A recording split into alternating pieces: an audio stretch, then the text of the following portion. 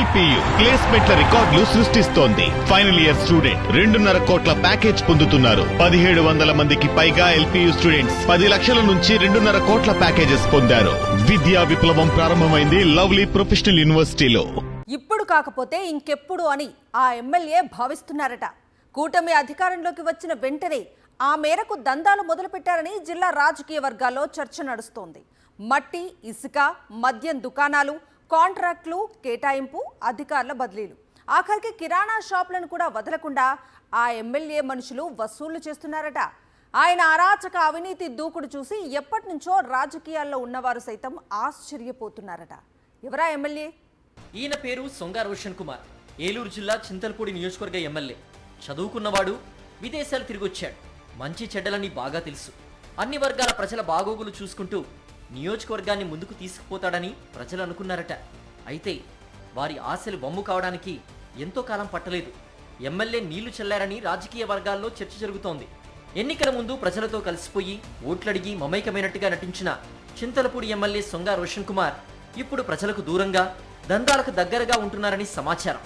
సమస్యల్ని పరిష్కరించాలని కోరుతూ ఫిర్యాదులతో వచ్చే ప్రజల్ని ఆమడ దూరంలో పెడుతున్నారట. ఆయన తీరును చూసి ఈయనెక్కడ దొరికాడ్రా బాబు అని అన్ని వర్గాల ప్రజలు వాపోతున్నారట. వాస్తవానికి ఏ ఎమ్మెల్యే అయినా తన నియోజకవర్గంలో నివాసముంటూ నిత్యం ప్రజలకు అందుబాటులో ఉంటారు. తాను కూడా అలాగే ఉంటానని, ప్రజలకు దగ్గరగా ఉంటూ సేవ చేసుకుంటానని ఎన్నికల ముందు నమ్మబలికిన సొంగ రోషన్ కుమార్ పదవిలోకి రాగానే మాట మార్చారు.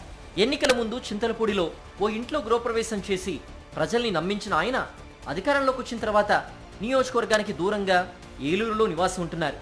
అప్పుడప్పుడు చుట్టపు చూపుగా చింతలపూడికి వచ్చిపోతున్నారట. అది ప్రజలకు మింగుడు పడడం లేదని బహిరంగంగానే మాట్లాడుకుంటున్నారు.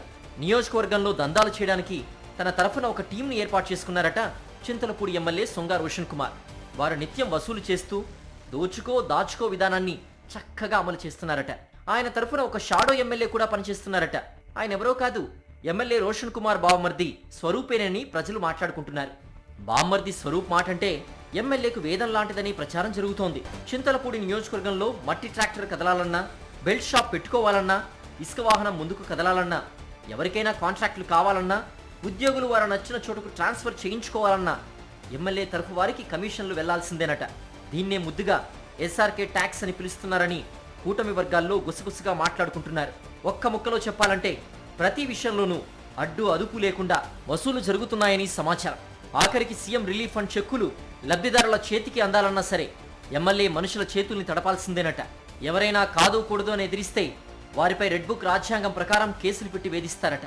దాంతో ప్రజలు చేసేదేమీ లేక ఎమ్మెల్యే మనుషులు చెప్పినంత సమర్పించుకొని వ్యాపారాలు చేసుకుంటున్నారు. ఇచ్చుకోలేకపోతే వ్యాపారాలకు గుడ్ బై చెప్తున్నారట. ఈ మధ్యనే బంగారు షాపుల యజమానుల్ని పిలిపించి గణనీయమైన మొత్తంలోనే వసూలు చేశారని ప్రచారం జరుగుతోంది.